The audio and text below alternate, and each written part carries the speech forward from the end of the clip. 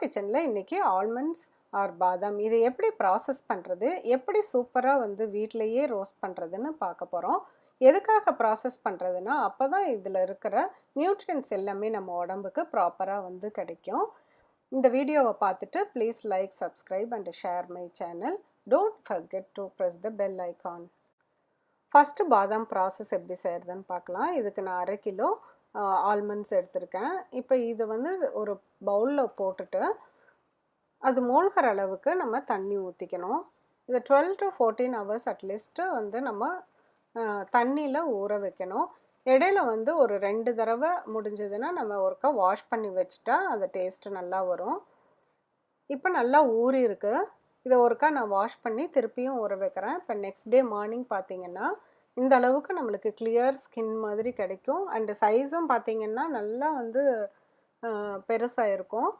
அதுக்கப்புறம் இதை வந்து இப்போ நம்ம ஒருக்கா வாஷ் பண்ணிவிட்டு இப்போ வந்து தண்ணியெல்லாம் வடிச்சிட்டு ட்ரெயினரில் போட்டு ட்ரெயின் பண்ண போகிறோம். ஒரு வடிகட்டியாட்டம் இப்படி எடுத்துக்கோங்க.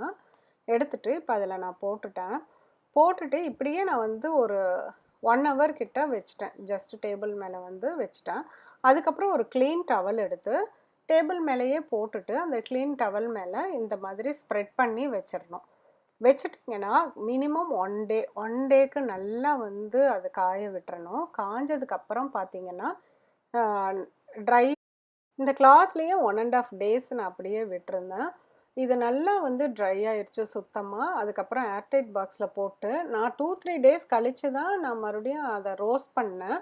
பட் வந்து சரியாக காயலைன்னா கண்டிப்பாக ஃபங்கஸ் வந்துடும். இம்மீடியட்டாக ஃப்ரை பண்ணிடுங்க. நல்லா ட்ரை பண்ணுங்கள். அப்புறம் வேஸ்ட்டு தான் ஆகும்.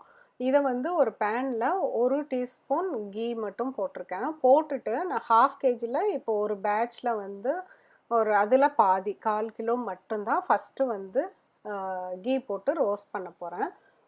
2 பேட்சாக இதை வந்து நான் பண்ணியிருக்கேன். நீங்கள் வந்து பெரிய அகலமான ஒரு பேன் வச்சிட்டிங்கன்னா 1/2 kg வரைக்கும் போட்டுக்கிட்டிங்கன்னா சேஃபாக வந்து பண்ண முடியும். இதை இப்போ போட்டுட்டு 8 to 10 minutes ஆச்சு இந்த அளவுக்கு. பண்ணிவிட்டு ஒரு பாதாமும் அந்த கீயும் சேர்ந்து ஒரு ஸ்மெல் வரும், நல்ல ஒரு ஸ்மெல் வரும். அந்த டைமில் நம்மளுக்கு வந்து ரெடி ஆயிடுச்சுன்னு ஓரளவுக்கு தெரிஞ்சிடும். அப்புறமேலு ஒரு 1/4 டீஸ்பூன் சால்ட்டு அது போட்டு நல்லா வந்து ஒரு தடவை கலக்கி விட்டுட்டு எடுத்து வச்சிடலாம். ஃபுல்லாக ஆறுனதுக்கப்புறம் சாப்பிட்டு பார்த்திங்கன்னா நல்ல ரோஸ்டடான சூப்பரான சுவையான பாதாம் உங்களுக்கு கிடைக்கும். நான் எப்போதும் மைக்ரோவேவ் அவன் இல்லாட்டி கன்வெக்ஷன் அவனில் தான் வந்து பண்ணுவேன். இது என்னோடய ஃப்ரெண்டு அமுதா தான் இந்த பேனில் வந்து ஃப்ரை பண்ணுற ஐடியா வந்து சொல்லி கொடுத்தாங்க. கண்டிப்பாக நீங்களும் செஞ்சு பார்த்துட்டு உங்கள் ஃபீட்பேக்கை கமெண்ட் பாக்ஸில் சொல்லுங்கள். மீண்டும் ஒரு புதிய ரெசிபியோடு உங்களை சீக்கிரம் மீட் பண்ணுறேன். தேங்க்யூ.